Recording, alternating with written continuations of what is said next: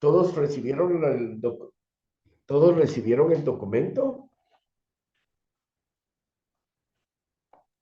Sí, sí Sí, lo recibí recibimos, de la de la página página. 45 a la 70.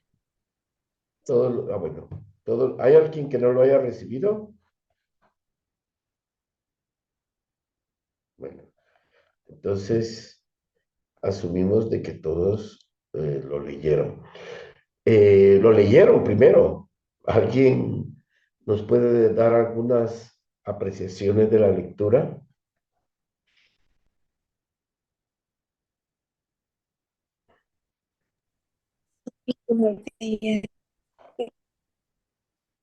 Luzbeth, Sí, claro, ¿quién habla habla? sobre las críticas a las escuelas, ¿verdad? Ajá, ¿qué De les pareció? derecho, puntos a favor y en contra de cada una de ellas. Y creo que de alguna manera nos amplía el,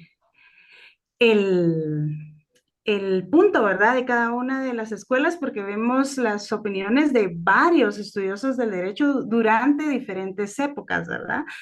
Ajá. Eh, eso básicamente.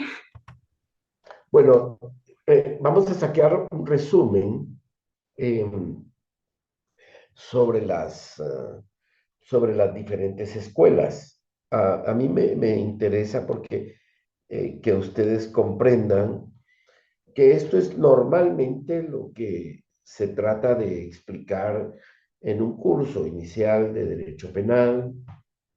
Siempre se habla sobre las teorías de la pena, ¿verdad? ¿Cuáles son los enfoques? Aunque el libro del autor Iñaki hace referencia a todas las escuelas criminológicas, a muchas de las escuelas criminológicas, cuál es el enfoque de la pena, nos interesan inicialmente estos dos enfoques, porque estos dos enfoques son los que tradicionalmente se ven, ¿verdad? Eh, es para buscarle alguna finalidad al poder punitivo. Y el poder punitivo, una de las expresiones del poder punitivo, no es la única, pero podríamos llamarle que es la pena. ¿Cuándo estamos hablando de una pena? De la imposición de una pena, de ese poder violento. Eh, eh, ¿En qué momentos podríamos decir que se impone una pena y cuándo se manifiesta? A ver, alguien que nos pueda dar una opinión. Pues la justificación es que exista la comisión de un delito, ¿verdad? Ya, es como una Y respuesta. exacto. Sin embargo, no es una solución, ¿verdad? De acuerdo a como lo plantean los estudios. Sí, no es una solución, pero vamos a diferenciar entre lo que es una solución y lo que es una respuesta. ¿Les parece? Vamos a analizar después el enfoque. Pero hoy nos interesa, en primer lugar, hablar de dos posiciones completamente distintas. Una es aquellas teorías que miran, que se llaman teorías absolutas, ¿verdad? Porque miran para el pasado, ¿sí? Son las teorías específicamente absolutas de la pena. ¿Qué es lo que buscan estas teorías absolutas de la pena? ¿Cuál es su centro de atención, según de acuerdo a lo que leímos? ¿Alguien puede decirme para ir ¿cuáles creen ustedes que es entre las respuestas de la pena, las teorías absolutas, se llaman teorías absolutas, porque precisamente le dan a la pena un solo enfoque, una sola visión, ¿verdad? Fundamentalmente vienen de estos filósofos que han equiparado la violencia, diríamos, han equiparado la respuesta del Estado como una respuesta necesaria, como una respuesta justa. Se orientan hacia la justicia como un valor, ¿verdad? ¿Cuál es el origen, cuál es el concepto natural de justicia que ustedes han escuchado. A ver, doña Flor. Sí, buenos días, compañeras y compañeros. Pues sí, en cuanto a las teorías absolutas de la pena, pues dentro del documento, pues nos va esbozando, digamos, la cuestión histórica, ¿no? ¿Cuál es la concepción en torno a la pena? Lo interesante es de que, pues, eran los inicios, digamos, ¿no? Y hay que entenderlo de que estaba en el marco de, de la cuestión más que todo como gobiernos monárquicos, ¿no? Entonces, veían, digamos, la pena como un mal, ¿verdad? Y no como un medio de tutela jurídica. Ese es como un primer punto que nos muestra, pues, el documento. Eh, eh, Además de eso, creo que es muy importante entender que el poder en ese momento del monarca, ¿verdad? Estaba sin ningún tipo de límite, digamos, que pudiera o controlarlo o, bueno, obviamente limitarlo. Y en cuanto a la teoría absoluta de la pena, pues podemos decir que ellos, o en ese momento se intentaba en ese marco, ¿verdad? Legal, monárquico, incluso hasta canónico, ¿no? Que necesitaban, por ejemplo, eh, como que demostrar que una de las características de la pena era como un fin en sí mismo, porque era justo pagar al mal con otro mal, ¿verdad? Y ahí explican, ¿no? La cuestión de la cuestión como católica, hebrea y demás, en donde estaba basada en la venganza, en la expiación y en el reequilibrio. Y ahí sale, ¿no? Como ejemplo, la ley del talión, ¿verdad? Entonces, los fines o valores absolutos de todo esto era porque quería castigar, porque se había cometido el delito, por lo que la pena debía imponerse por razones ya sea de justicia o por imperio del derecho. Eso digamos que sería como el pequeño resumen Ya. sobre eso. Gracias, Flor. Vamos a ver qué nos dice Tiffany. Vamos a ser muy puntuales, por favor. Buenos días, licenciada. Buenos días, compañeros. Bueno, yo creo que en resumen, en base a la lectura, creo que habrían como tres criterios muy marcados en que hacer valer el derecho, en obtener un castigo, en tener en la sociedad una recompensa en base al delito o a la infracción que esta persona realizó o que el individuo realiza por la sociedad o por un individuo individual. Y pues también en base también al criterio, ¿verdad? Lo que decía la compañera, de hacer valer el derecho, obtener un castigo para que esta persona se reivindique a la sociedad. Y pues también es lo que nos dice César Lombroso, ¿verdad? De que la teoría o el cuestionamiento si el delincuente nace o se hace. Creo que estos tres puntos han abarcado en base a la lectura y creo que también es el cuestionamiento que se ha realizado en la sociedad y de ver, ¿verdad? Si realmente se castiga al individuo, se reivindica a la sociedad o realmente se hace justicia, se hace valer el derecho. Eso sería. Bueno, vamos a ir aclarando estas ideas. Tanto Tiffany como Flor, pues nos han planteado algún tema de algunos objetivos que pretende la pena, ¿verdad? Vamos a separar, vamos a hacer un parteaguas. El derecho penal, pues, vamos a poder, el poder punitivo ha existido desde que se construye un concepto de Estado, ¿sí? Entonces, cuando nosotros tratamos de plantear em, ese poder de castigar, es muy distinto al poder de castigar en la época que podríamos llamar una época religiosa y después una época monárquica. Si nosotros vamos viendo los tres temas, ¿verdad? De la forma y lo que podríamos llamar una sociedad organizada alrededor de lo que se conoce como el Estado moderno. ¿Sí? ¿Les parece? Vamos a hacer esas tres diferencias.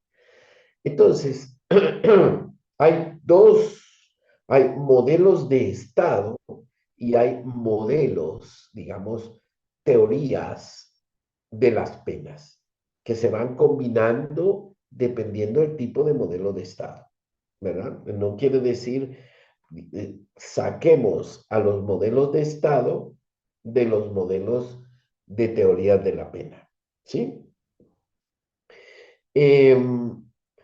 Podríamos, perdonen si no voy a arrancar desde la época monárquica, de la época religiosa, si ustedes quieren, viene una relación muy intensa en la época religiosa, donde hay una confusión entre Estado y religión, entre Estado y moral, entre Estado y organización eclesiástica, ¿sí? Ahí hay un modelo de ver el castigo como expiación, ¿verdad? Pero también cumplía una función religiosa y también una función de Estado. Estaban confundidas, ¿correcto? Esas visiones, ¿sí? Si nosotros vemos los estados desde, podríamos hablar en la Biblia, en el Código de Hammurabi, vemos el tema del castigo como una expiación, pero también como una función del Estado. Hay esas confusiones, ¿verdad? Pero algo importante que tienen las teorías absolutas, ¿verdad? O el principio de retribución, o sea, el origen, el concepto original de justicia era dar a cada quien lo que se merece. En este sentido, dar a cada quien lo que se merece tiene que ver con un elemento clave, y es que siempre se va a buscar el principio de proporcionalidad, ¿sí? La pena tiene que ser proporcional, por lo menos, no puede exceder de lo que es el daño causado, aun y cuando a veces se excedía, por supuesto, pero por lo menos se buscaba el principio de retribución. Entonces, el principio de la teoría absoluta de la pena originalmente tuvo una idea de expiación, pero posteriormente, en la época monárquica, que donde todavía se da, acuérdense ustedes que las monarquías no surgen necesariamente, en las monarquías surgen más o menos en el año 1300, 1200, empiezan a organizarse las épocas, los gobiernos que eran medievales, estamos hablando de una cultura occidental, empiezan a unificarse alrededor de un solo reino, ¿verdad? Tanto en Inglaterra, como podríamos hablar, habrían eh, centros de poder que unificaban reinos, ¿verdad? Y por eso se casaban, había posibilidades de hacer alianzas por las buenas, digamos, era alrededor de los casamientos y alrededor también de ir incorporando esas organizaciones medievales, organizaciones de pequeños pueblos organizados alrededor de los varones o pequeños reinos, fueron unificándose hasta construir el tema de las monarquías. En el caso de España, ustedes van a encontrar que la última unificación es el reino de Castilla y el reino de Aragón. Y eso se da un poco años antes del descubrimiento de América. 1400, las guerras que se dan allí, y esa unificación termina por construir una monarquía. Pero tanto lo que sucede en España también estaba sucediendo en Inglaterra, también estaba sucediendo en Alemania. Entonces, ese Estado-nación, esos estados unificados que necesitaban también alianzas con las iglesias. Todavía no estaba muy claro y el poder punitivo siempre se iba mezclando, pero cada vez iba haciendo un proceso de desmembración con el poder religioso. El más radical, digamos, en el caso de Inglaterra, de Enrique VIII, cuando Enrique VIII toma la decisión de construir su propia religión para hacer su propia unificación, independientemente de sus intereses religiosos y de matrimonio que él podría tener con los conflictos con el Papa, no eran únicamente en relación al divorcio, era también en relación a muchas unificaciones y de poder político, y ahí se da esa diferencia radical entre Inglaterra, Francia y España, que son los que surgen como los grandes reinos, ¿verdad? Las grandes monarquías. Habían otras monarquías más pequeñas, estaba la de Holanda, estaba, y todavía tenemos algunos reyes por ahí. Francia fue el más radical de cortarle la cabeza a los reyes para construir una república. Pero esa idea de Francia de construir una república tiene en su origen un concepto que es el tema del contrato social, ¿verdad? Y lo vemos tanto con Rousseau, cuando hace el libro sobre el contrato social, él construye una idea, ¿verdad? La ideología contractualista, un derecho penal liberal. Acuérdense ustedes que ahí sí se da la separación entre el poder del Estado y el poder religioso. Y las monarquías específicamente se dan en la separación, ¿verdad?, entre esos dos poderes. Eso no quiere decir dónde quedaba el poder punitivo. Si antes se dedicaba el poder punitivo también a quemar brujas, ¿verdad? ¿Quién es el autor que hace un parteaguas entre lo que podríamos llamar el poder punitivo de las repúblicas y el poder punitivo de de la religión? ¿Cuál es el libro? ¿Cuál es la ideología fundamental que hace esa separación?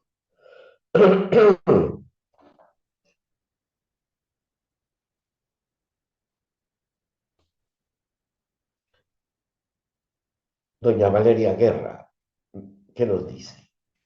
¿De dónde nos escucha usted?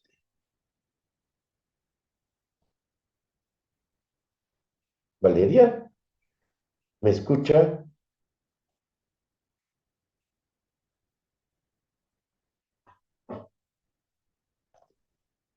Bueno, sí agradecería que estemos de cuerpo presente y de espíritu presente, mente y cuerpo. ¿Doña Valeria está o no está?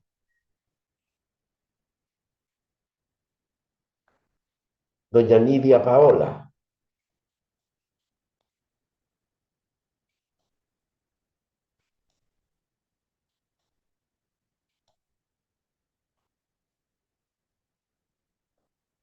¿me escuchan o estoy hablando solo? Sí, le escuchamos. Bueno, ¿y por qué no me escucha? Doña Gabriela Martínez, Sí, cuéntenos, bueno, doña Gabriela. considero, no sé si sería Zaffaroni el que hace referencia a lo del poder punitivo. Correcto, eso sí. No hay ningún penalista serio que no haga referencia al poder punitivo. Claro, Zaffaroni lo pone dentro del esquema del poder policial. Así es. Cuéntenos. Pero, Zaffaroni, pero estoy hablando del autor clásico que hace ese rompimiento del poder punitivo. Bueno, hay un libro que yo les recomiendo. Voy a ir lanzando bibliografías del Marqués de Beccaria, ¿verdad? El libro de los delitos y de las penas. ¿Alguien ha leído ese libro? Seguro está en internet. Ese libro marca Yo lo he una... leído, licenciado. Cuéntenos, doña Rose. Bueno, específicamente el libro habla sobre el análisis de las diferentes penas que se le imponían eran muy bruscas y muy severas para la época, ya que no eran proporcionales a los delitos que se consideraban, ¿verdad? En ese Ah, momento, ya que los delitos ni siquiera eran considerados delitos, porque dentro de ese contexto se establecían como de una persona que me caiga mal, entonces era como de levantar falsos, ¿verdad? Y era muy fácil porque no había un debido proceso. ya. Entonces, el sentido del libro es de que las penas sean humanizadas y proporcionales. Bueno, ese libro, gracias, Rose. Ese libro es el parteaguas de lo que es una sociedad donde se intenta fundar una república, donde se separa el derecho de la moral, específicamente, donde hay una división entre el Estado y la Iglesia. Y se construye un Estado. Primero, ese libro es el libro más importante del derecho penal moderno. Es el libro que marca el parteaguas, ¿verdad? Y fundamentalmente es un libro que hace una crítica al sistema inquisitivo. ¿Mm? Entonces, el sistema inquisitivo no solo como modelo de justicia, sino también como modelo de organización del sistema penal. Entonces, en ese libro ustedes van a encontrar una crítica. Pero ahora, si estamos diciendo que el Estado hay que separarlo y que tenemos un contrato, ¿a qué renunciamos nosotros? ¿A qué renuncia el ciudadano? Esa metáfora del contrato.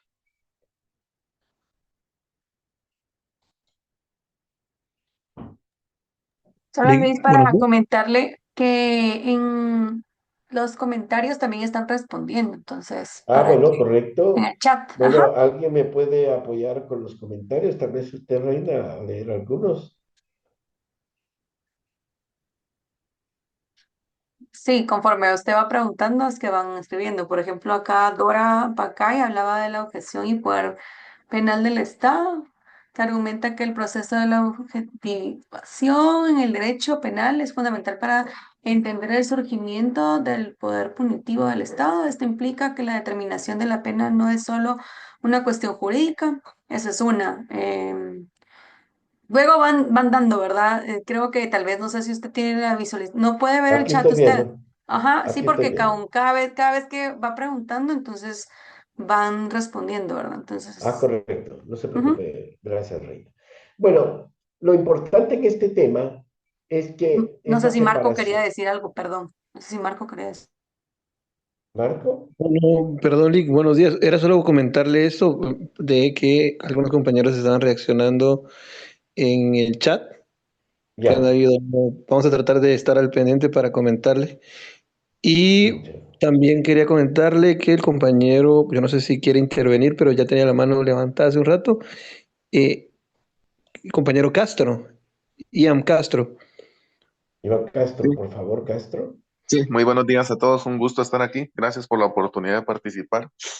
Sí, solamente con lo que usted decía, Lee, cuando la iglesia se separa de la Inquisición, bueno, traigo a colación el tema de Juana de Arco porque sí, es fundamental porque en lo que usted hablaba, porque a Juana de Arco la mataron, o sea, la mandaron a la Inquisición porque dijeron que era bruja, pero tiempo después, cuando cambia es, otro padre la canonizó como santa. Entonces, yo creo que tiene que ver con lo que usted decía de la separación y el estado de la iglesia, porque algunos hicieron las cosas buenas y después las quisieron enmendar. Únicamente, Lee. Ah, muchas gracias, Ian. Sí, lo importante de la separación es que el poder punitivo no desaparece. No sé si quiero plantear este tema. La constante desde la época esclavista, desde Roma, desde los egipcios, en los mayas, en el poder, cuando hay un poder centralizado, cualquiera, ¿sí? Va a utilizar la coacción para orientar a los seres humanos. Entonces, la constante es el poder punitivo, es esa violencia que ejerce el Estado a través de muchos métodos y muchas técnicas, ¿verdad?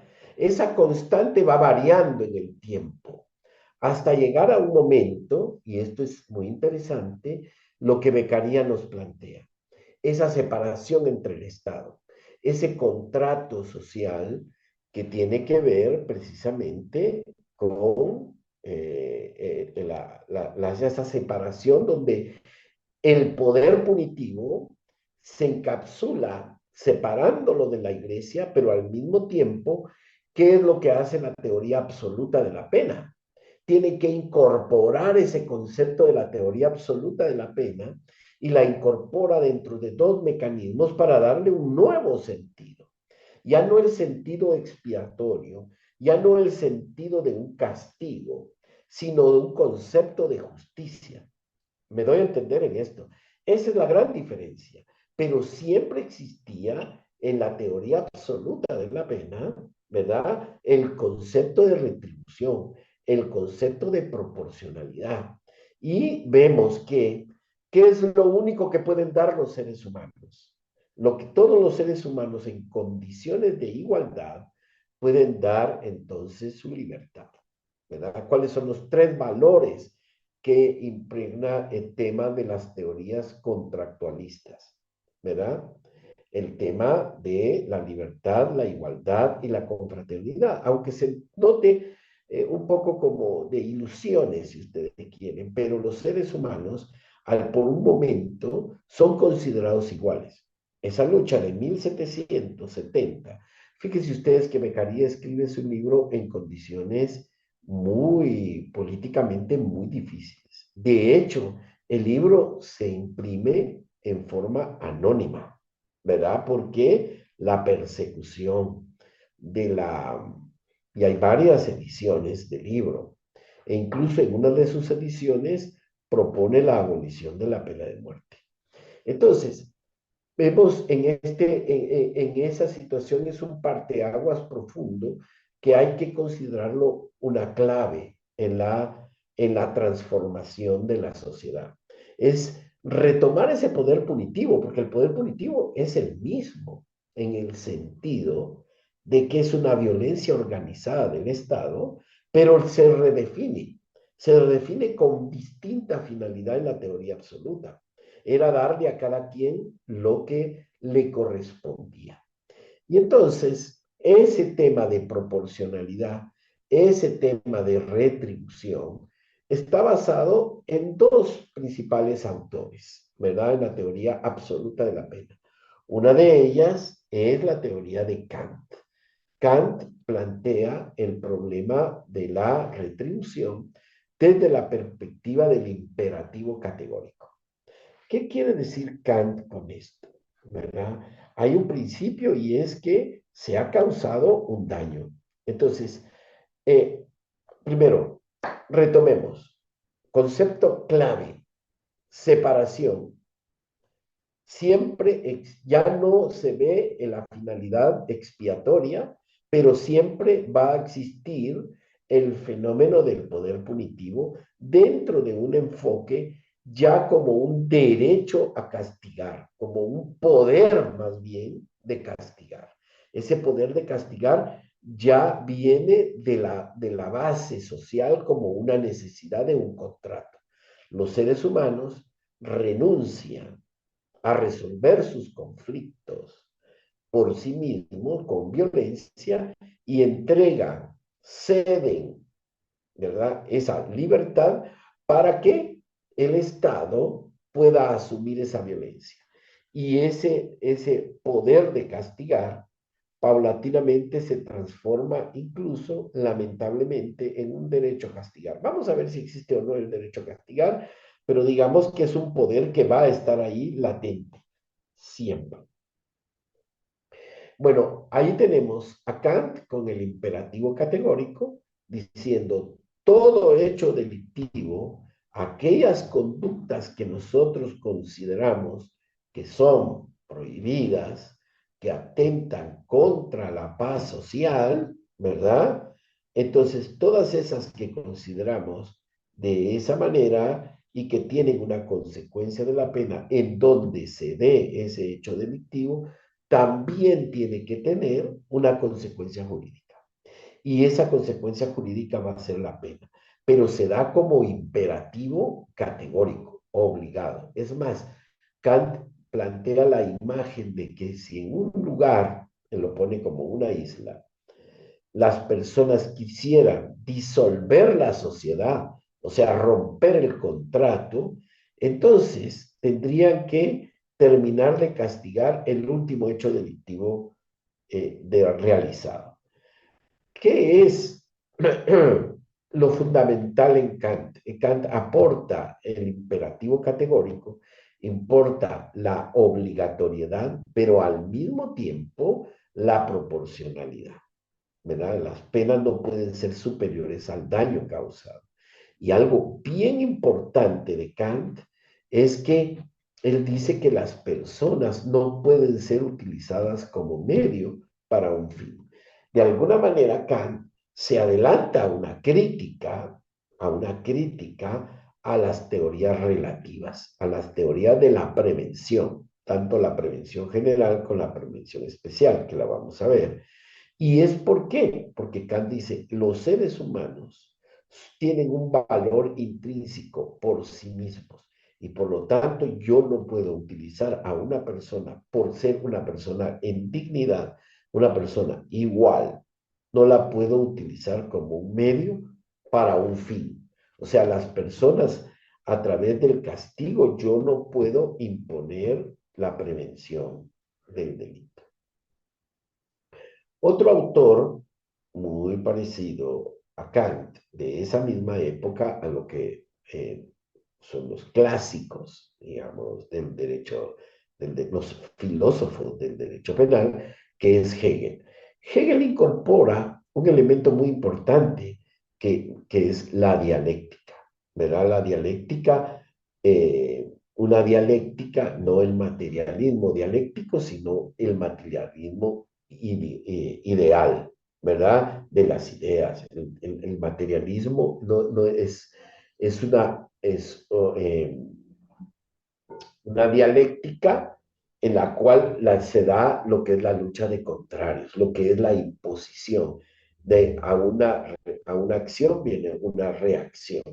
Entonces, Hegel nos dice que el derecho, el delito, cuando se comete un hecho delictivo, estamos negando el derecho, ¿correcto? Pero al negar el derecho, nosotros necesitamos restablecer el derecho.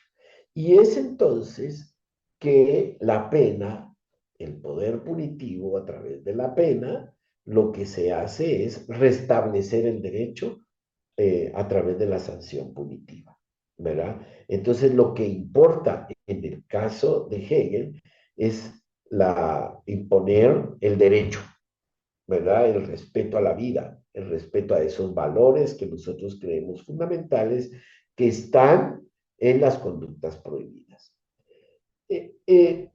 Se impone el derecho a través de la pena y se restablece el derecho a través de esa negación. O sea, la pena es una negación a la negación del derecho y por lo tanto es a volver a restablecer el derecho. ¿Alguna duda hasta acá?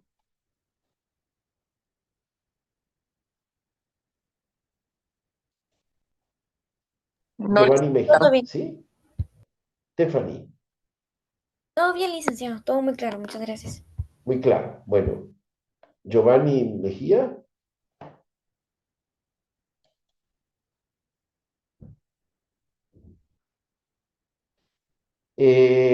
Aquí Lisette nos habla sobre que en el contrato social se renuncia al libre albedrío. Es relativo, estimada Lisette. Si consideramos que los seres humanos son libres, y es uno de los valores fundamentales, ¿verdad? Que trata de hacer la teoría del contrato social porque libremente hemos optado a la vida del derecho, sería una contradicción. El libre albedrío es más, es al revés. El libre albedrío es el valor fundamental, esa condición humana de que podemos optar, ser libres para optar, porque libres nos unimos hacia un estado. Y nuestra libertad, a través de nuestra libertad, hemos optado por el hecho delictivo. ¿Sí? Esa opción del hecho delictivo, esa libertad, es precisamente que hemos traicionado nuestro pacto social. No sé, Lisbeth, si queda claro. Es más, es al contrario. Estamos reivindicando el, el libre albedrío como esa condición humana. Son los seres humanos, por su libertad, los que optan por el delito. ¿Estamos claros, Lisbeth? Bueno, correcto. Bueno, preferiría que hablaran también. Doña Adriana del CID.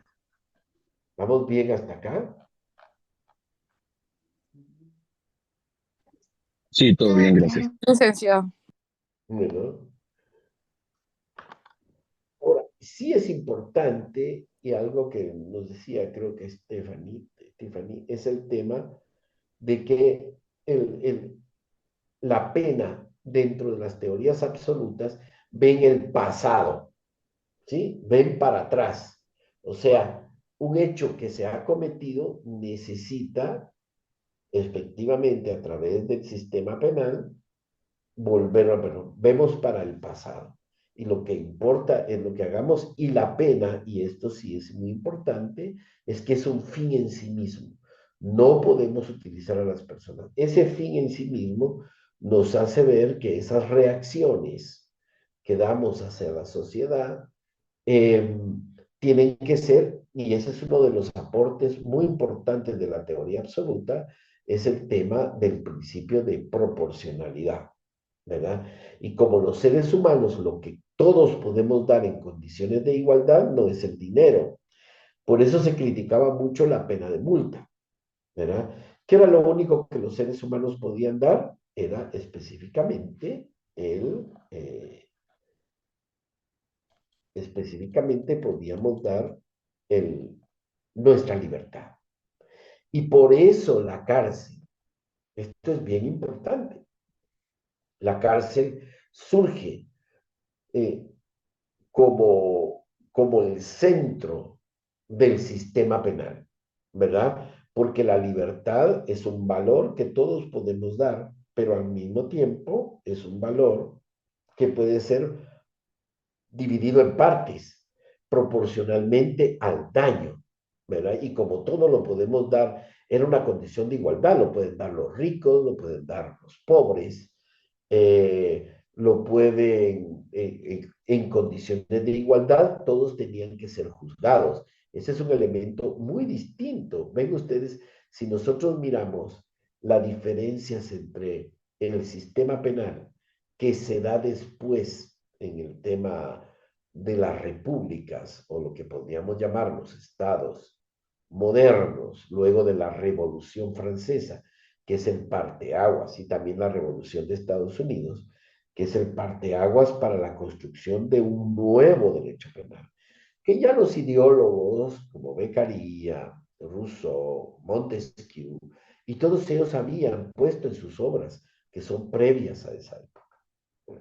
Entonces, vamos haciendo, aquí se termina lo que podríamos llamar ese enfoque expiatorio, ¿verdad? Es al revés, precisamente. No hay una visión de castigo, sino de retribución. No hay una visión de venganza, sino de retribución por el daño causado y el rompimiento de ese pacto social al cual hemos llegado. Bueno, este es el surgimiento de lo que podríamos llamar la República, ¿verdad? Tanto con Kant como con Hegel. Ahora bien, ¿cuál es una crítica que nosotros le podríamos hacer a esta teoría absoluta?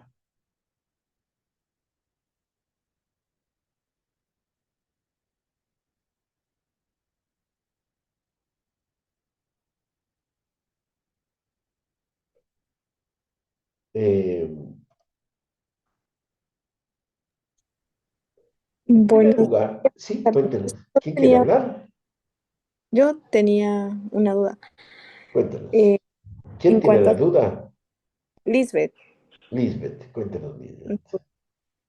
en cuanto a la medición del daño causado, o sea, es como que muy subjetivo. Para algunas personas puede ser que el daño causado sea, o sea, cómo medir el daño causado. Esa es mi duda. Ah, bueno, es muy importante cómo medir el daño. El principio de proporcionalidad es un principio jurídico general que está en el derecho civil, está en el derecho administrativo, está en todos. El derecho ha sido, el principio de proporcionalidad es una constante dentro del derecho, como un valor. Pero usted tiene razón en el sentido, ¿cómo sabemos? Y en realidad nuestros códigos penales son, digamos, es una respuesta muy pobre en el sistema penal, ¿verdad?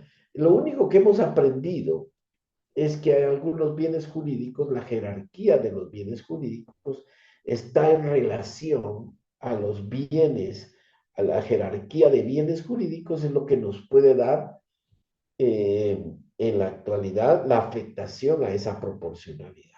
Veamos, por ejemplo, la vida tiene un valor muy grande, bueno, me imagino, dentro de la jerarquía, ¿verdad? Dentro de la jerarquía probablemente la libertad, ¿verdad? La intimidad. eh, y luego vendrán otros temas, después de la intimidad, la libertad, hay bienes jurídicos como la salud, la integridad física, ¿sí? Vemos ahorita en el caso, voy a traerlo a colación porque realmente hasta que no leamos la sentencia, eh, el caso Maluf, por ejemplo, el caso del médico, aquí hay un problema de proporcionalidad muy serio para la gente, el concepto que hay, ¿verdad? Entonces, lo que pasa es que nuestros códigos penales han entrado en un proceso de distorsión sobre el tema de nuestros principios de proporcionalidad. Usted tiene un robo de hasta 8 años, cuando en realidad, ¿verdad? Le estamos dando más valor a un robo, a veces, que a una corrupción, aun cuando sea peor la corrupción. O, hay, esas valoraciones están en las penas. No sé, Lisbeth, si respondo un poco a su duda. Sí, así es.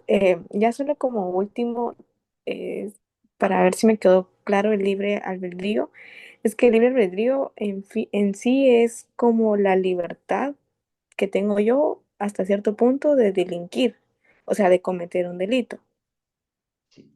Eh, en el derecho penal, lo vamos a ver cuando veamos derecho penal, y fundamentalmente la posición del finalismo con Belsen, lo que se hace es un juicio de reproche, y eso está en la culpabilidad. Dice, porque usted, es el juicio de reproche, porque usted, pudiendo actuar conforme a derecho, optó por cometer el hecho delictivo. ¿Sí? Es como las personas, aunque hay una cosa, Lisbeth, que ustedes se van lo van a ver más adelante. No se ha podido comprobar fehacientemente el tema del libre albedrío. Si los seres humanos somos libres para actuar, no hay, siempre hay algo. Nosotros actuamos libremente, si se quiere, dentro de un marco de referencia. ¿Sí? Hay personas que para poder... ¿Sí, Rose? Rose, Una pregunta. ¿Y qué pasa sí. con el elemento subjetivo en donde recae la conciencia? ¿Ahí se puede situar el libre albedrío? Bueno, digamos que existen como dos polos, ¿verdad? El libre albedrío y el determinismo, que ahora lo vamos a ver con las otras doctrinas. ¿Le parece que vayamos más despacio para que veamos la otra cara de la moneda? ¿Le parece? Vamos a ir viendo. La conciencia es, le estoy diciendo la crítica que le hacen, es, ¿pueden los seres humanos, somos realmente libres, totalmente libres? Doña Tiffany. Licenciado, yo miraría el libre albedrío en este tema como la decisión de delinquir o no. Yo soy Por libre, eso el juicio de yo soy reproche el le libre equivaldría. de elegir esa opción. Pensaría yo que más o menos por ahí va enfocado el libre albedrío. Así es, el libre albedrío. O sea, yo puedo optar entre delinquir y no delinquir. Por eso el principio del tema de la inimputabilidad, ¿verdad? Porque se supone que los inimputables no pueden optar, están condicionados. Don Ian Castro. Sí, buenos días de nuevo, Lick. Solo Buenos para días. enfatizar lo que usted hablaba de las penas, Lick, porque cuando trabajé con defensa pública penal me di cuenta de dos casos. Uno de una persona que se había robado 3,000 quetzal, que es el dinero de acá de Guatemala, y otro que se robó una bolsa de naranjas. Entonces, bueno, el que se robó los 3,000 quetzales salió a los 6 meses, pero el juez dictaminó que el que se robó la bolsa de naranja, que eran como 15 naranjas, si no mal recuerdo, a él le echaron 6 años. Entonces era lo que usted hablaba de las penas, que a veces no van muy acorde a los delitos. Únicamente, Muchas gracias. Claro, don Ian Castro tiene razón. Ya vieron por qué la importancia de la jurisprudencia, porque vamos encontrando esas cosas. Vamos viendo, eso lo vamos a ver mucho más adelante, pero lo importante aquí de identificar eh, esas dimensiones. Eh, el problema de la retribución es que al sistema, al ser selectivo, esta es una crítica desde la criminología crítica, es que no todos pasan por el sistema penal de los hechos delictivos. ¿Qué pasaría, y yo me pregunto, qué pasaría si todos los hechos delictivos pasaran, todos los hechos que se cometen en la sociedad, que se prendiera una luz roja cuando uno ha cometido un hecho delictivo, por ejemplo, y uno anduviera con esa luz roja, lo mira la policía, le dice, usted cometió un hecho delictivo, lo lleva allá, sacan dónde fue donde cometió el hecho delictivo y le dice, mire, aquí está donde usted no pagó impuestos, donde hubo una violación a los derechos de autor al sacar fotocopias, donde usted se pasó un semáforo en rojo. ¿Qué creen ustedes que pasaría en la realidad? ¿Qué pasaría en el sistema penal?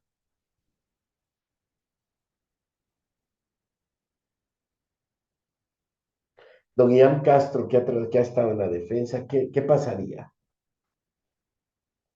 cuénteme, le escucho. Sí, sí. ¿Qué Ujú, pasaría si, vamos a poner un hecho hipotético, un tema ujú, de la novela, si no la han leído, se la recomiendo, de 1984, ¿verdad? Esa ujú. novela es espectacular, una vigilancia totalitaria. ¿Qué pasaría si uno va caminando y comete un hecho delictivo y cualquiera de las conductas prohibidas y resulta que hay una evidencia que queda guardada? Esto es algo eh, más de ciencia ficción. Ujú. ¿Y qué pasaría si andamos con esa luz roja que se nos enciende algo en algún lugar del cuerpo o en un tema? A la policía diciendo, usted cometió un hecho delictivo, venga para acá, y logran verla donde está grabado. ¿Y qué pasaría, don Ian? ¿Qué pasaría en una sociedad así? Estoy hablando de hechos delictivos donde están descritas en las conductas prohibidas. ¿Qué pasaría? Aquí, mire, aquí de una vez, bueno, vamos a hablar la realidad de Guatemala. Si usted es de la alta sociedad, todavía lo investigan y todavía le dan la credibilidad, pero si usted es de un estatus pobre o del medio, dicen, no es culpable. Y yo le digo porque eso se ve en los medios. Si Sí, pero usted comete un delito aquí, si es de la alta sociedad, hasta le dicen, bueno, tal vez y cabe la duda, pero si usted es de clase media o baja, dicen, es culpable y hasta lo linchan a uno. sí, pero vamos a ver, eso es lo que pasa bueno, un linchamiento acaba de pasar ahorita cerca del volcán de Pacay. Pero, ¿qué pasaría si se diera eso? Realmente el sistema de justicia no se diera abasto. No, ¿verdad? definitivamente. Sí, Eso es lo que pasaría. sí, Saturación permanente, habría un caos terrible porque todos estaríamos presos. Pamela, ¿qué nos definitivo. dice? Sí, Todos porque estaríamos presos. sí, ya le entendí por el intercrimen, que en algún momento cuando algo, bueno, cuando algo no le parece a uno, uno lo empieza a imaginar. Si por el intercrimen fuera, que es lo que uno maquina en la mente, definitivamente todos estaríamos en prisión. No, digamos de acciones. Estoy hablando de Exacto. acciones. No estoy hablando siquiera de posibilidades, digamos, de ideaciones, ni nada. Bien, ideaciones peor todavía, pero digamos ya de acciones concretas. El sistema penal no se daría abasto. Ujú. ¿Rose quería hablar o no? Sí, licenciado, buen día. Lo que sucede es que Pamela. lastimosamente en Guatemala el sistema de justicia está corrompido. Eso es lo que sucede. Quizás no es por desconocimiento, sino que porque los jueces conocen la ley, pero no se apegan a derechos ni mucho menos a la Constitución, que es la ley que rige en este país. Entonces, Sí, automáticamente, al momento de no apegarse a derecho, es donde se producen muchos, como se podría decir, abuso de autoridad, porque hemos visto muchos casos que han pasado ahorita que uno se queda pensando cómo un juez va a declarar un asesinato en emoción violenta cuando uno sabe que es un asesinato. Entonces, está la ley como que le están confundiendo a favor de ciertas personas, como dijo el compañero. Es muy cierto. Si la persona tiene dinero, compra la justicia, lastimosamente. Si no hay justicia para toda la gente por igual, aunque la ley dice que justicia es igualdad para todos, pero no, aquí en Guatemala, lastimosamente, la ley está bien corrompida. sí. Usted tiene razón, todo eso pasa, pero nuestro enfoque ahorita es encontrar por lo menos los fundamentos de lo que podría ser un deber ser, no necesariamente, porque si tenemos finalidades de la pena, tenemos algún objetivo estratégico. Pero vamos a empezar a hacer esa crítica que usted nos dice. Doña Andrea Arzú, cuéntenos. Buenos días, maestro. En cuanto a la pregunta que usted está haciendo de ese supuesto de que tendríamos una luz o algún mecanismo para demostrar que hemos cometido un hecho ilícito, hasta creo que me surge la pregunta de si sería necesario entonces el derecho penal, la criminalística, porque si ya prácticamente todo está probado, ya solo sería de imponer sanciones. Muy bien. Eso es algo distópico, ¿cómo se llama? Una sociedad que iríamos al caos, ¿verdad? ¿Y qué nos dice doña Cristian González? Cristian González.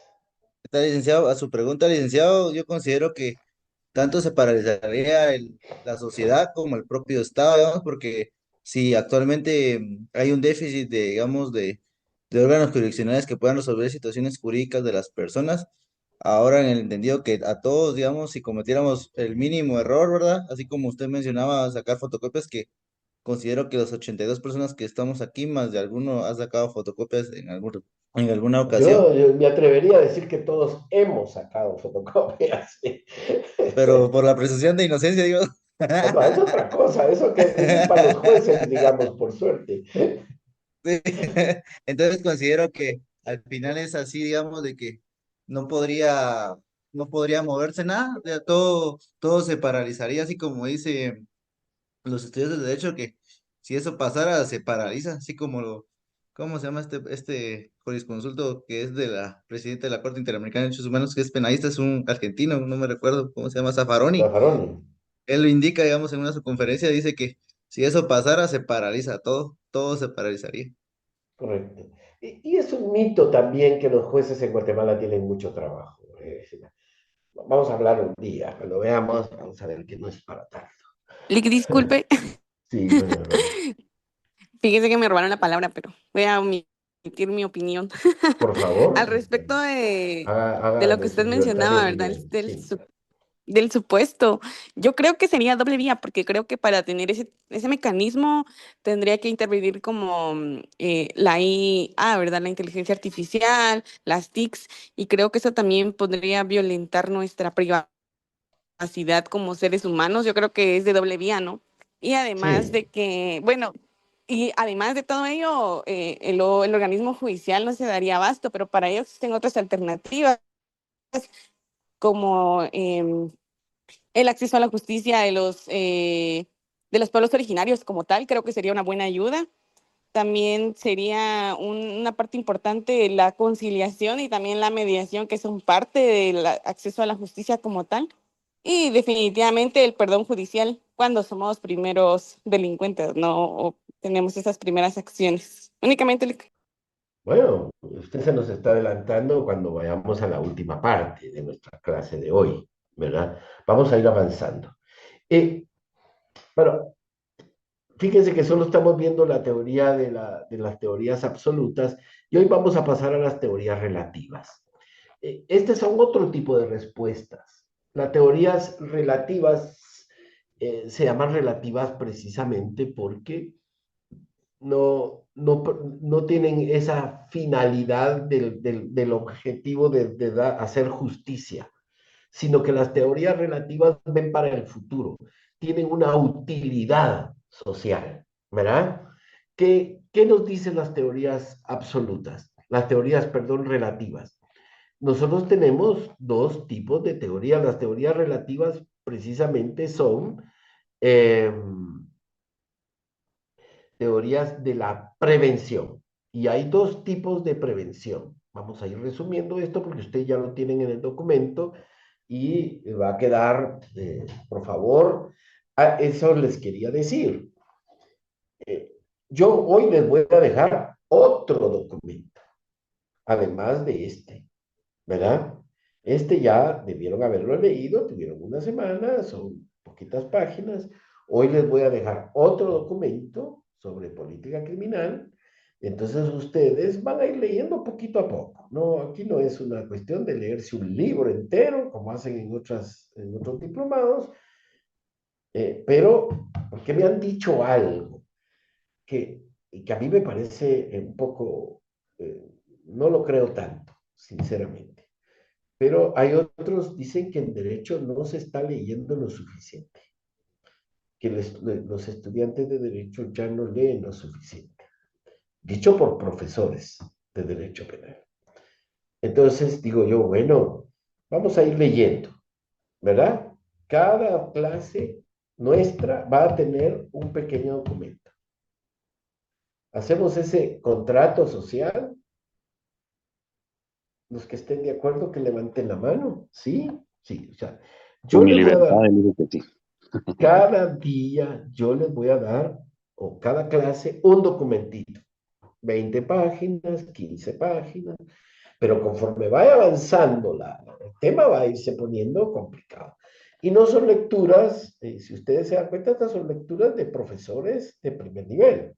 Iñaki Rivera es uno de los principales investigadores de la Universidad Autónoma de Barcelona y es probablemente de los 3 o 4 investigadores más importantes de España. Así que no estoy dándole literatura de cualquiera, digamos, estoy dando literatura muy seria.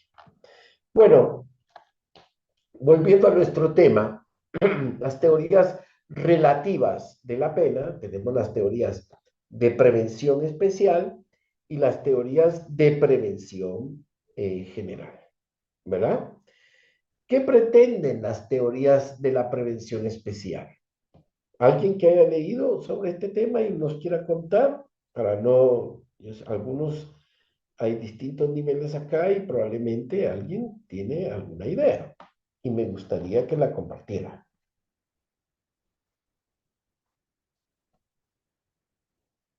¿No? Bueno, la prevención especial se orienta hacia la persona concreta que ha cometido ese hecho delictivo.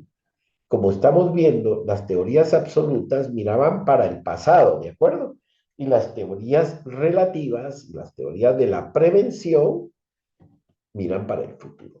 ¿Quién se opondría, según lo que hemos visto hasta el momento, a las teorías de la prevención? ¿Quién haría una crítica profunda a las teorías de la prevención? Lo dijimos específicamente. Muy buenos días, ¿sí se me escucha? Claro. ¿Quién habla? Eh, Mi nombre es Eddie Abimael Rodríguez. Por favor. No, Bueno, viera yo que no. yo tengo una opinión sobre las penas preventivas. Y Correcto. quisiera traer a mencionar la ley contra la delincuencia organizada, que para Perfecto. mí es una de las leyes que tiene penas en sí para prevenir antes de la comisión de un delito. Entonces, digamos de que cuando alguien, especialmente en el delito de conspiración, cuando alguien va a cometer digamos, se le atribuye un hallazgo y la probabilidad de que vaya a cometer un delito ya se le sanciona. Entonces, sí podría, digamos, tener una opinión respecto a estas penas, que son como que castigan dentro de un acto que algo que no ha pasado, Ajá. ¿sí? Correcto. Gracias, señor Rodríguez. Tiene usted razón. Bueno, las teorías de la prevención, eh, efectivamente hubo un autor eh, Enrique Ferri, fundamentalmente, que trataron de construir un código de prevención del delito, ¿verdad? Cuando se habla de prevención del delito hay que parar muy bien las orejas, tal como usted está planteando, ¿verdad? Porque lo importante en una democracia, en un Estado de Derecho, hay un principio clave, es el principio de lesividad, ¿sí? De lesividad de bienes jurídicos fundamentales. Si nosotros no tenemos una, un principio de lesividad, es difícil. ¿Qué quiere decir el principio de lesividad? Quiere decir de que, eso lo vamos a ver más adelante cuando ustedes estudien derecho penal sustantivo, vamos a ver los principios del tema. El principio de lesividad es que no puede ser sancionado a una persona si no ha causado un daño a un bien jurídico, ¿correcto?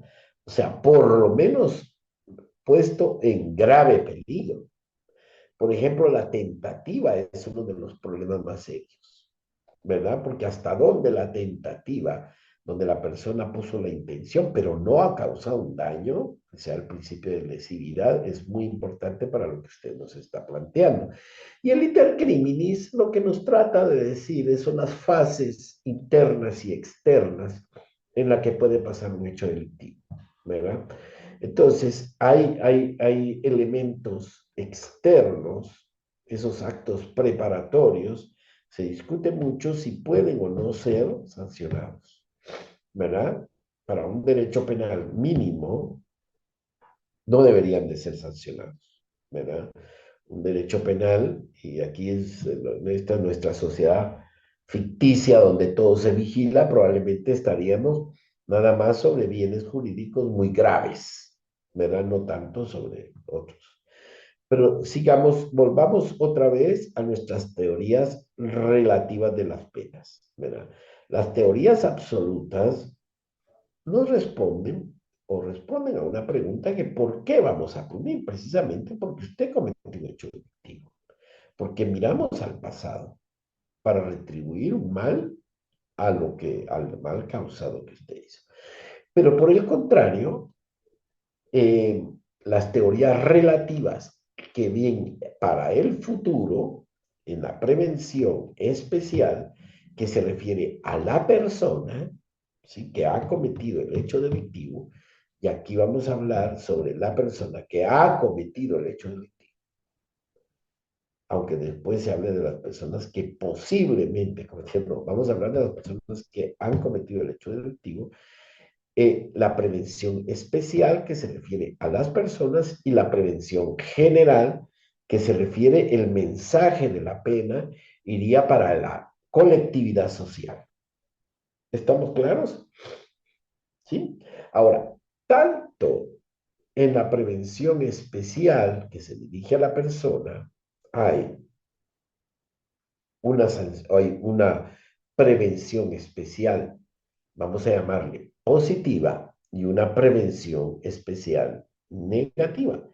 Y de la misma manera existe una prevención general positiva y una prevención general negativa.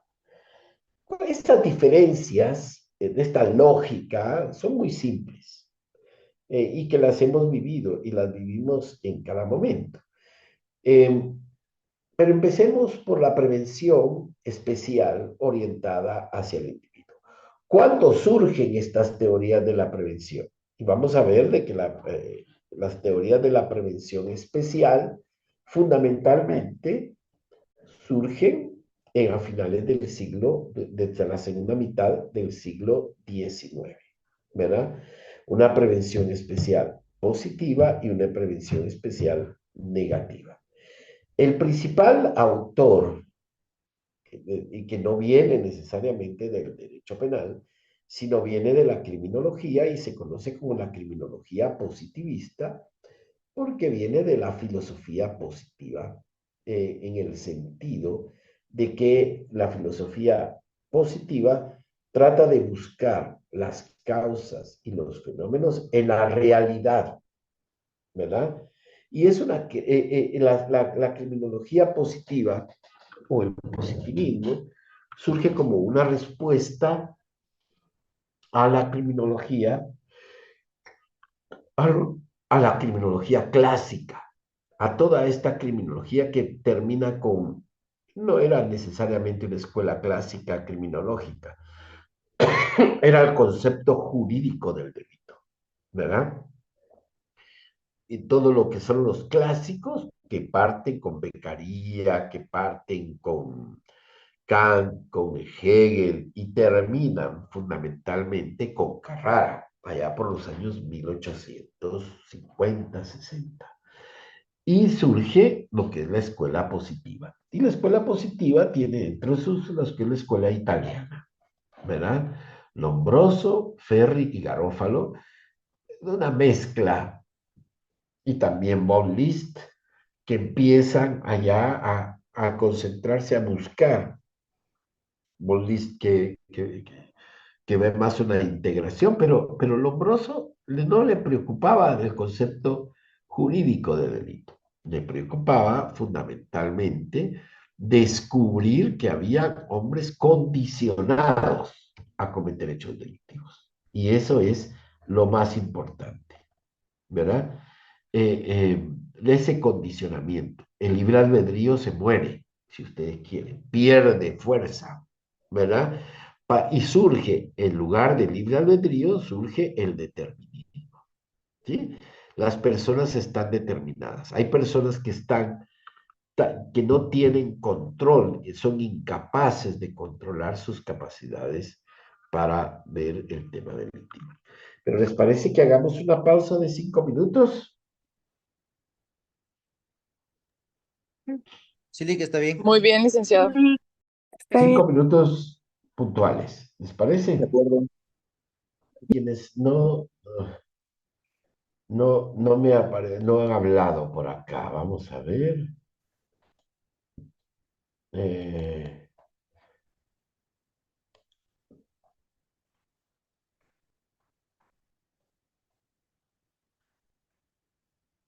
Doña Ana Moreno, así vamos a ir conociéndolos poco a poco.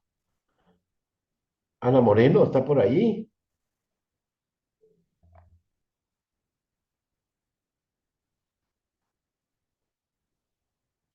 Doña Andrea Alvarado, Buen día, Ali. cuéntenos, Andrea, ¿de dónde nos escucha usted? Lo escucho desde Jalapa, Lic, de la Morena Climatológica. ¿Perdón? ¿De dónde? De Jalapa, de la Morena Climatológica, Morena Climatológica, del Oriente. Ujú. del Oriente, claro. Sí, Jalapa. No sé por qué me está dando un error aquí, refresh. Cuéntenos, ¿qué opina sobre esta situación? Sobre el curso, Lic, me parece extraordinario porque voy aprendiendo nuevos temas en los cuales en un momento pues aspiraré a ser juez, ¿verdad? Entonces, para mí es muy importante lo que usted está explicando sobre las teorías, para poder analizar y aplicarlo al día de hoy, ¿verdad? Correcto. Bueno, vamos a ir pasando a lo que son las teorías relativas.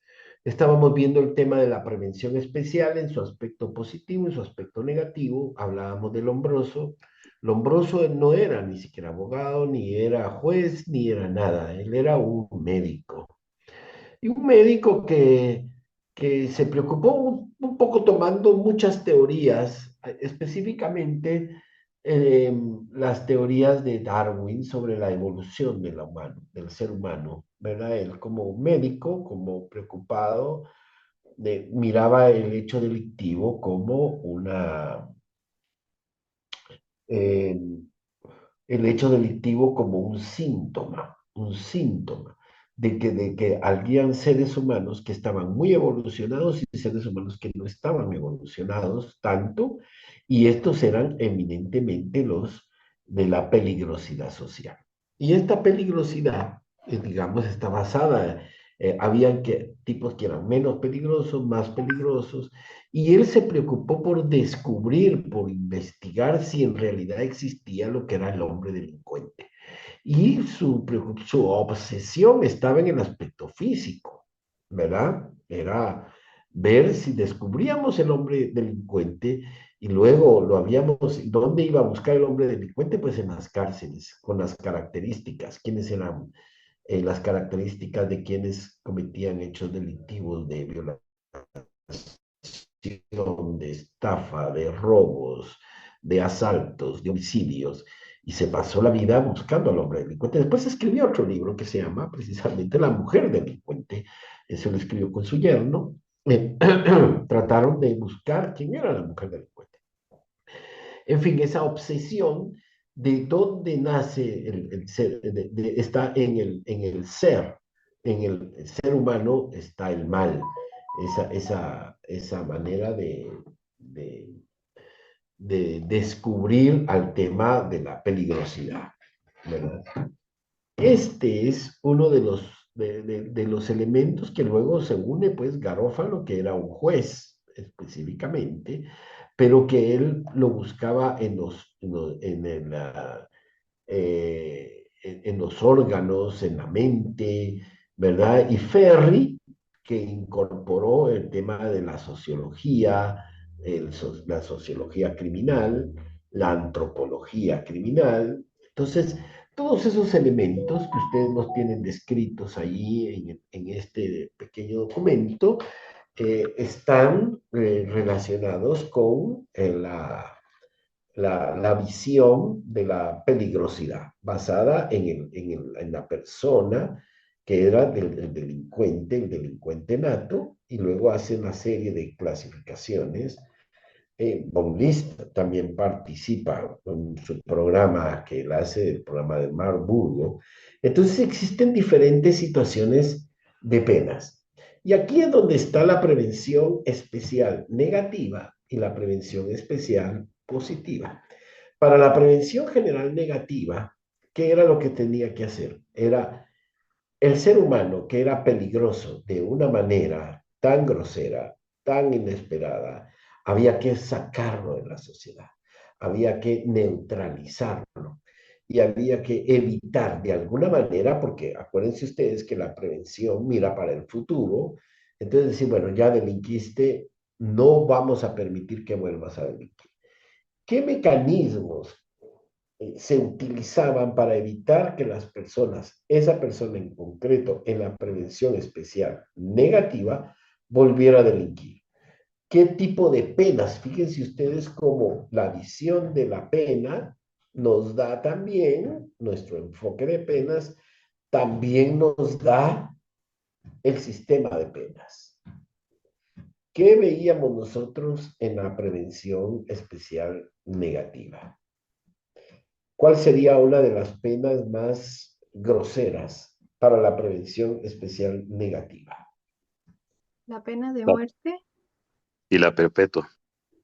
Correcto. Son dos penas que dicen, bueno, aquí sí garantizamos que las personas no vuelvan a delinquir. ¿Ustedes creen que esto ha desaparecido a pesar de ser escrito a finales del siglo XIX?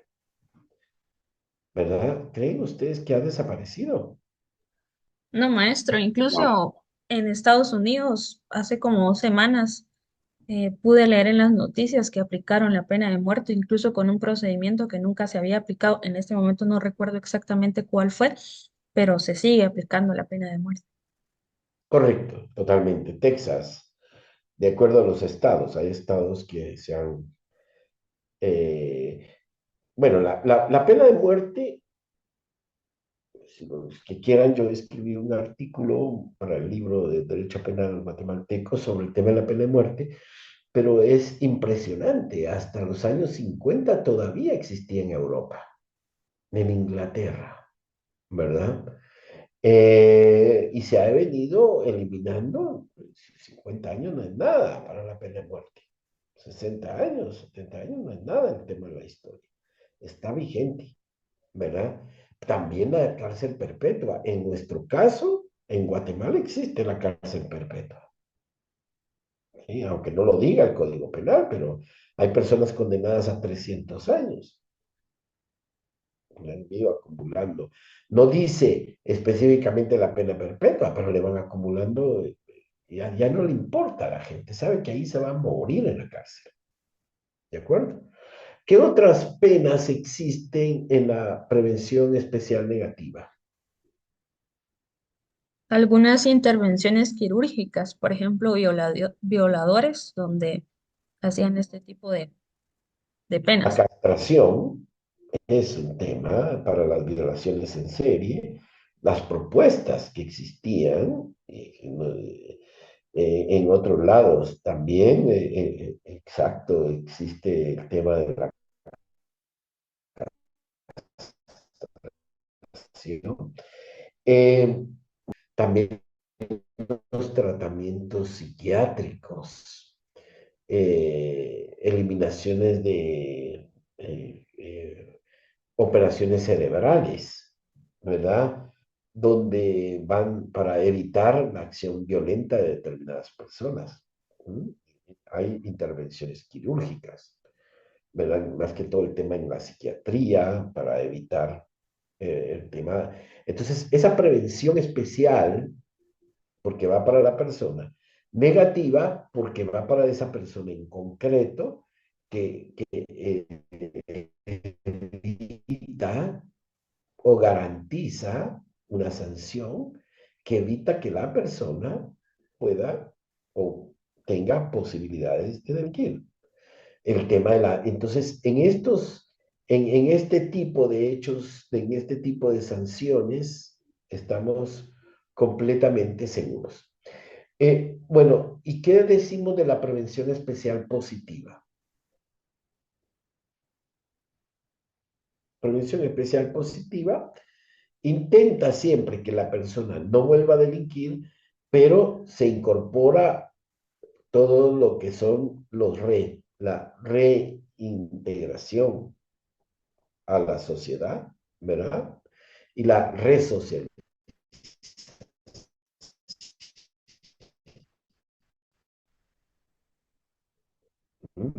reeducación, que orienta nuestro sistema penal. ¿En dónde se encuentra esto?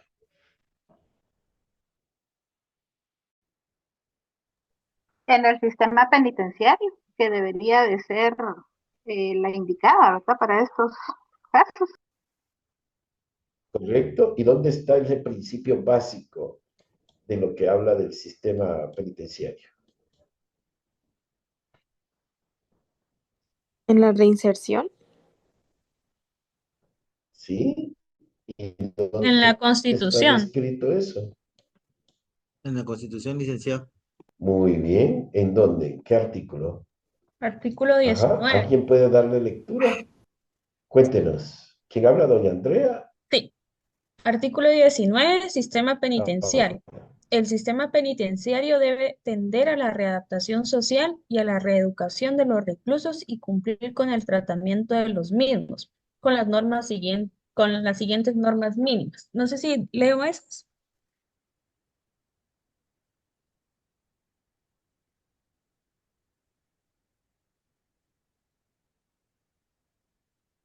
También léalo, es importante porque luego les voy a contar cómo se da ese.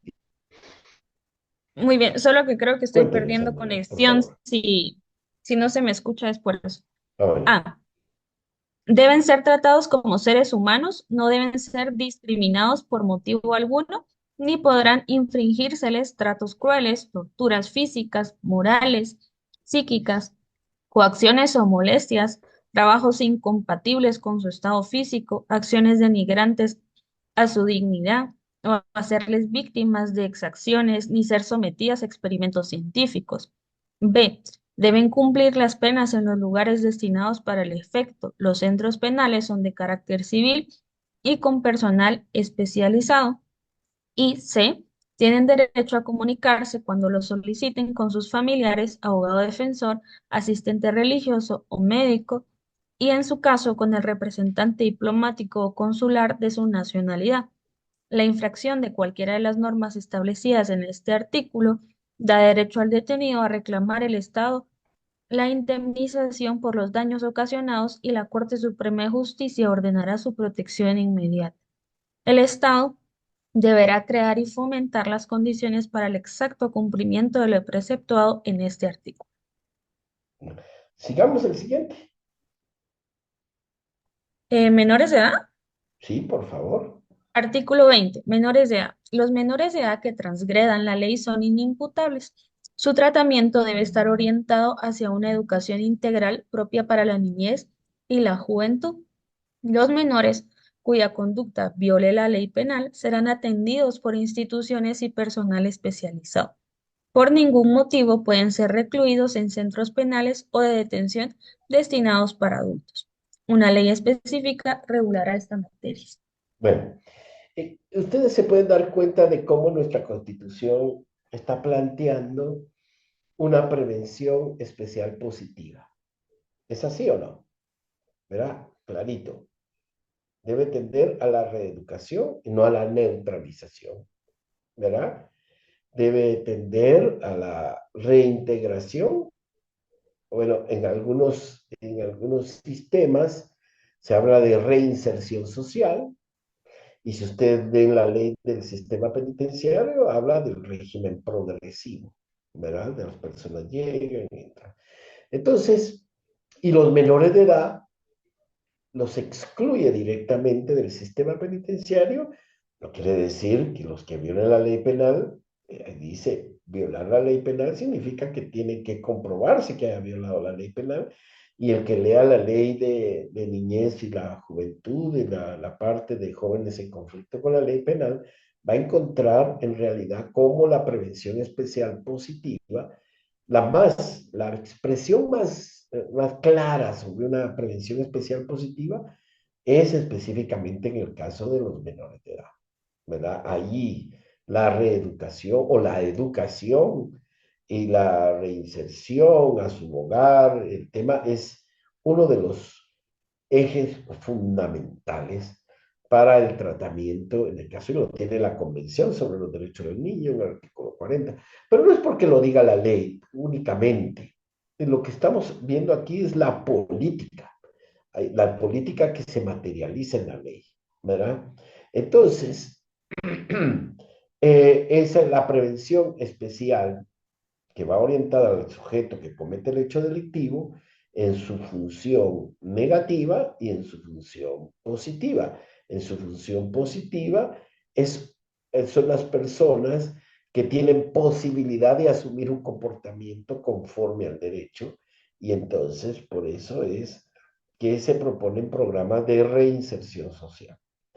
Lo mismo en el caso de la prevención especial negativa, estamos hablando de sanciones de neutralización de la persona. Cualquiera, si quiere ver una película donde se materializa totalmente la prevención especial negativa, que se vea La Naranja Mecánica. Esa es, si pueden, durante estos 15 días, y alguien nos puede traer un enfoque de esa película que se llama La Naranja Mecánica. ¿Alguien la ha visto?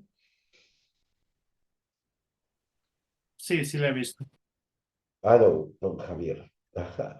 La naranja mecánica es la expresión mejor de lo que puede ser una prevención especial negativa, ¿verdad? El tratamiento que le hacen a las personas, el sistema carcelario, las operaciones en el cerebro, para que él va a incorporar.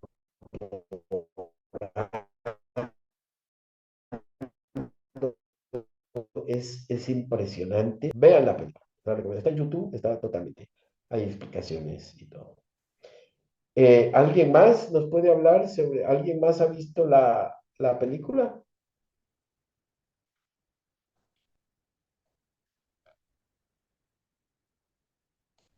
¿No? Bueno, se la recomiendo. Algún día vamos a tener también un cineforum, porque eso me parece genial, las clases deben ir variando. Ahora pasemos a la prevención general. Como vemos también la prevención general, ¿hacia quién se orienta? Vamos a ver, don Freddy Pastor, ¿qué nos puede decir al respecto? Si dijimos que la prevención especial se orienta a las personas, la prevención general, ¿a quién se orientará? ¿Qué tal? Buenos días, licenciado, compañeros. Claro que sí. Tengo entendido de que la prevención general esta se orienta ya como un mensaje hacia toda la población para disuadirlos de que cometan una actividad delictiva. Correcto. Ajá, entonces, ¿cómo estaría orientada esa prevención general, ¿verdad? Para que la comunidad no delinca. ¿Cómo se imagina? ¿Alguien se puede imaginar? Doña Abigail Orochón.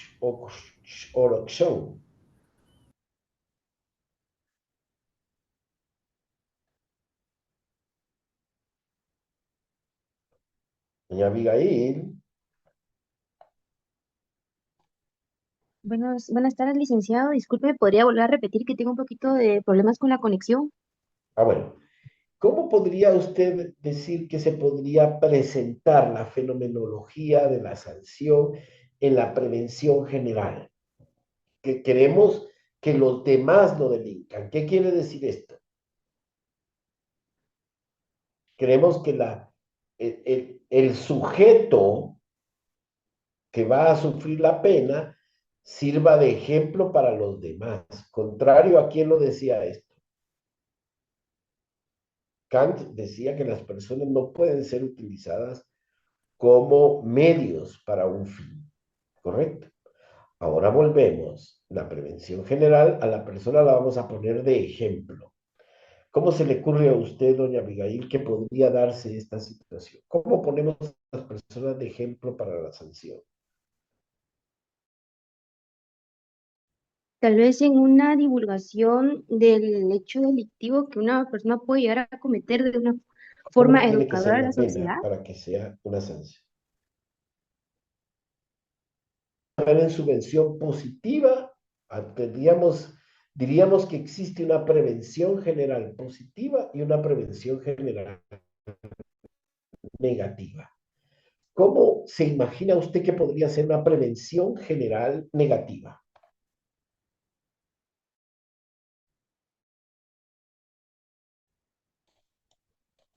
Bueno, yo lo que me podría imaginar, como para poner de ejemplo, lo que sucedía en la época del conflicto armado interno, cuando el ejército tachaba a ciertos sectores de pertenecer a la guerrilla, entonces venía y atacaba.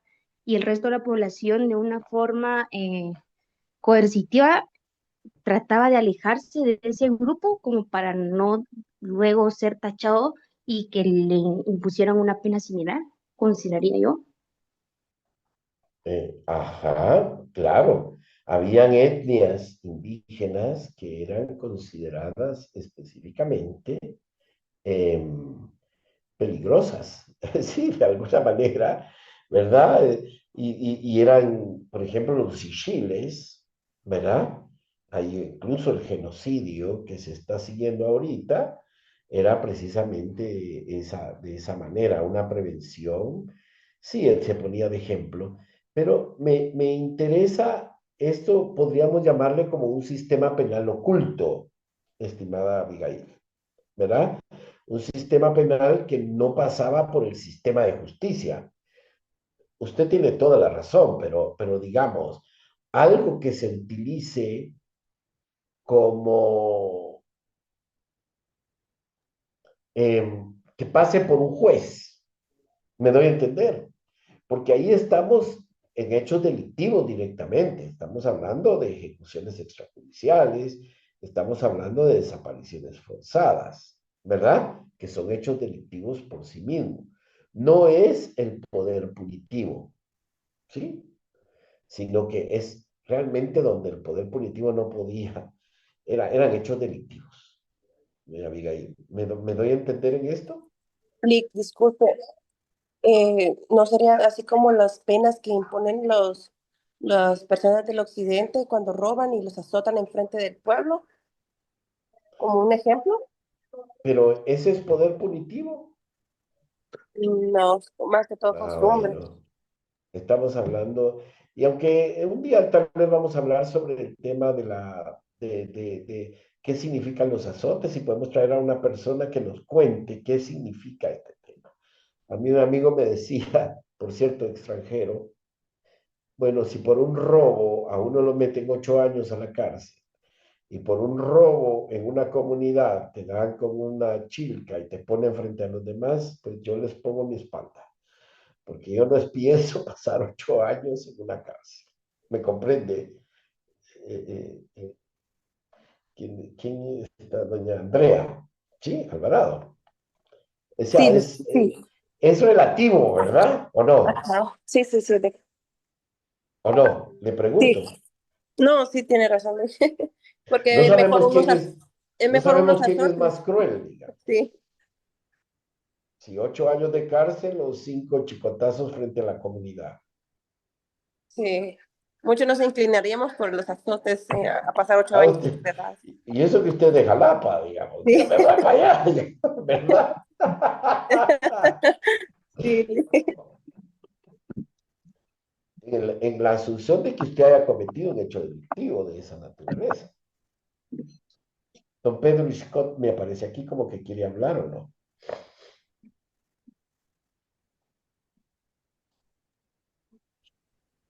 Don Pedro.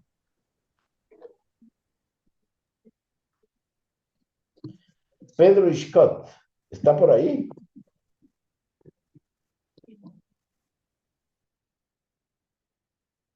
Apagó su micrófono.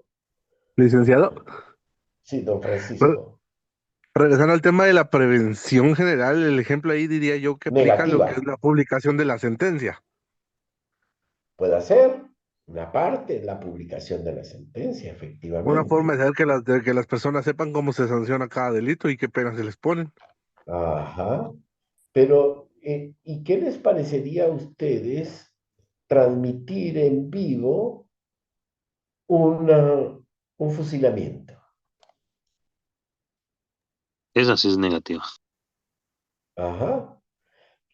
Sí, y quería buscar si existe una foto que transmitieron en vivo. ¿Se recuerdan ustedes el último fusilamiento Del en presidente Ríos Guatemala? por violación, por unas violaciones que cometieron, ¿verdad, Lick? No, no, Fue fue en el del gobierno, noventa y claro. seis Fue Creo que fue en el hace gobierno de Álvaro poco. Azul. Fue del gobierno de Álvaro Arzú. ¿Sí?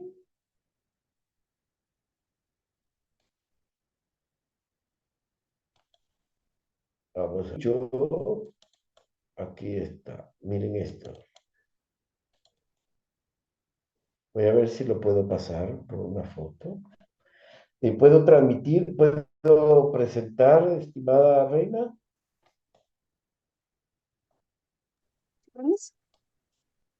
Fue cuando él le negó el indulto, ¿verdad, licenciado? Sí. Bueno, vamos a ver un tema de lo que importa en esto. No sé si me puede permitir presentar algo. Está habilitado, Luis. Estoy habilitado para presentar, pero share, share es presentar. You cannot start the screen. Otro participante dice que está presentando y por eso no puedo. ¿Usted sabe quién es? Ahora sí. Ah, no sé si se mira en esta gráfica. Está presentando imágenes de Sí, prensa. ¿verdad? Ajá. Ajá, correcto, eso era lo que quería. Se mira más o Sí se ve. Sí, sí se ve.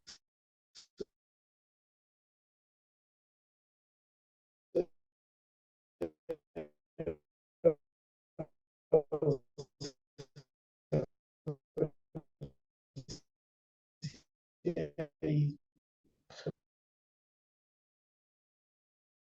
Lee, creo que le está fallando su señal. No sé si tiene muy buena señal o internet, porque no sé si solo a mí me pasa, pero no se le escucha y se queda así como que trabado la presentación.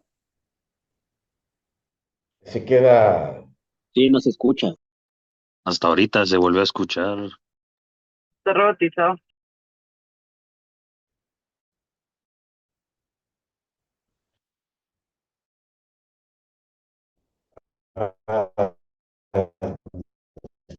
Se sigue escuchando entrecortado, Lick.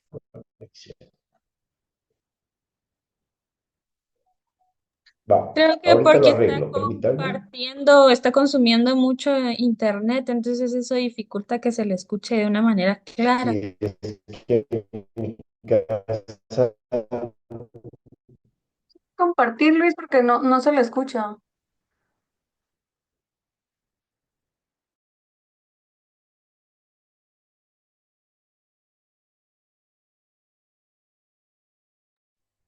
Se nos fue.